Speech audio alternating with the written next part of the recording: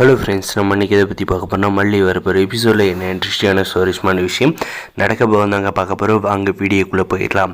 நம்ம மல்லி பார்த்திங்கன்னா பொங்கல் அன்னைக்கு எப்படியெல்லாம் வேலை செஞ்சாங்க, காலையிலேருந்து எழுந்து குத்து விளக்குலேருந்து சாமி முகரையும் இது எந்த அளவுக்கு அது க்ளீன் பண்ணி அதுக்கான ஏற்பாடை பண்ணாங்க அப்படின்றத ஒவ்வொரு விஷயத்தையுமே நம்முடைய விஜய் வாட்ச் பண்ணுறாருங்க. அதே சமயம் பார்த்திங்கன்னா இந்த ராஜேஸ்வரி நம்முடைய மல்லி பொங்க வைக்க ஸ்டார்ட் பண்ணுறப்ப இந்த வீட்டில் நீ பொங்க வைக்கக்கூடாது அப்படின்ற மாதிரி ஸ்ட்ரிக்டாக சொன்னது பார்த்திங்கன்னா நம்முடைய விஜய் என்ன சொல்கிறாருன்னு பார்த்தீங்கன்னா, மல்லி இந்த வீட்டில் காலையிலேருந்து ரொம்ப கஷ்டப்பட்டு இருக்காக்கா பொங்க வைக்கிறதுக்காக அதனால் அவளே பொங்க வச்சுக்கிட்டு போட்டோம் அப்படின்ற மாதிரி சொல்கிறாங்க. நம்ம அன்னபூர்ணியம்மா இதுதான் சரியான தீர்ப்பு மாப்பிள்ள அப்படின்ற மாதிரி சொன்னது பார்த்திங்கன்னா, இல்லை விஜய் முடியவே முடியாது அப்படின்ற மாதிரி சொல்லிடுறாங்க.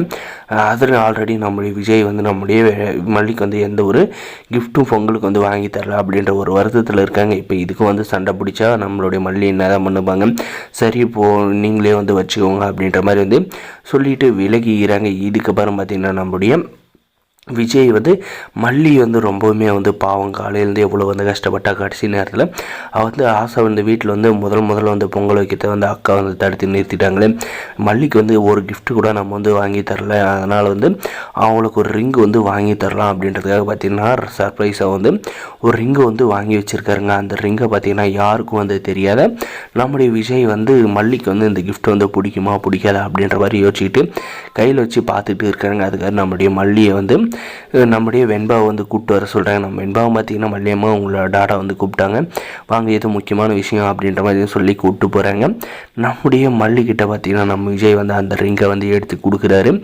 கொடுத்ததுமே பார்த்திங்கன்னா அந்த ரிங்கை பார்த்து பயங்கரமாக ஷாக் ஆகிடுறாங்க. அதுக்கப்புறம் பார்த்திங்கன்னா என்ன சரி ரொம்ப காஸ்ட்லியாக இருக்காட்டுங்க, எதுக்கு இந்த ரிங்கை என்கிட்ட கொடுக்குறீங்க அப்படின்ற மாதிரி கேட்டதுக்கு, இப்போ இது வேறு யாருக்கும் இல்லை மல்லி, உனக்காக தான் நான் வாங்கிட்டு வந்தேன், உனக்கு இது வரைக்கும் எந்த ஒரு கிஃப்ட்டும் தரல, அதனால தான் நான் ஆசைப்பட்டு வாங்கிட்டு வந்தேன், தயவு செஞ்சு இதை வாங்கிக்கோ அப்படின்ற மாதிரி சொல்ல போகிறாங்க. இதை நம்முடைய அன்னபூர்ணியம்மா பார்த்துறாங்க. பார்த்துட்டு பாருங்க பார்த்திங்கன்னா, என்ன மாப்பிள்ளை மல்லிக்கு ரிங்கா அப்படின்ற மாதிரி கேட்டது பார்த்திங்கன்னா, இல்லை மல்லி காலையிலேருந்து இந்த வீட்டில் ரொம்பவே கஷ்டப்பட்டா, அதுபோக இந்த ரிங்கு அவளுக்காக நான் வாங்கி வச்சுருந்தது, அதை இப்போ தான் கொடுக்க நேரம் வந்துருச்சு அப்படின்ற மாதிரி சொல்லிவிட்டு அந்த ரிங்கை நம்முடைய மல்லிக்கிட்ட கொடுக்குறாங்க. அந்த சமயம் பார்த்து நம்முடைய மல்லி என்ன சொல்கிறாருன்னு பார்த்தீங்கன்னா, இந்த காஸ்ட்லியான ரிங்கு என்னுடைய கையில் இருந்துச்சுன்னு கண்டிப்பாக உங்களுடைய அக்காவும் அந்த ரஞ்சிதா சும்மா இருக்க மாட்டாங்க, நான் ஏதோ இந்த வீட்டில் திருடி பணத்தை திருடி தான் அந்த ரிங்கை வாங்கி போட்டு இருக்குன்னு நினைப்பாங்க, அதனால் எனக்கு இந்த ரிங்கை வேண்டாம் அப்படின்ற மாதிரி சொன்னதும் பார்த்திங்கன்னா விஜய்